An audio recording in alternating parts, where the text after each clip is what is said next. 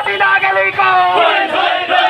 হই হই রই রই খুনি হাসিনা গেলি কই খুনি হাসিনা গেলি কই হই রই রই এই মাত্র খবর এলো দেশ আমার স্বাধীন হলো দেশ আমার স্বাধীন হলো এই মাত্র খবর এলো হই হই রই রই খুনি হাসিনা গেলি কই খুনি হাসিনা গেলি কই হই রই রই এই মাত্র খবর এলো দেশ আমার স্বাধীন হলো দেশ আমার স্বাধীন হলো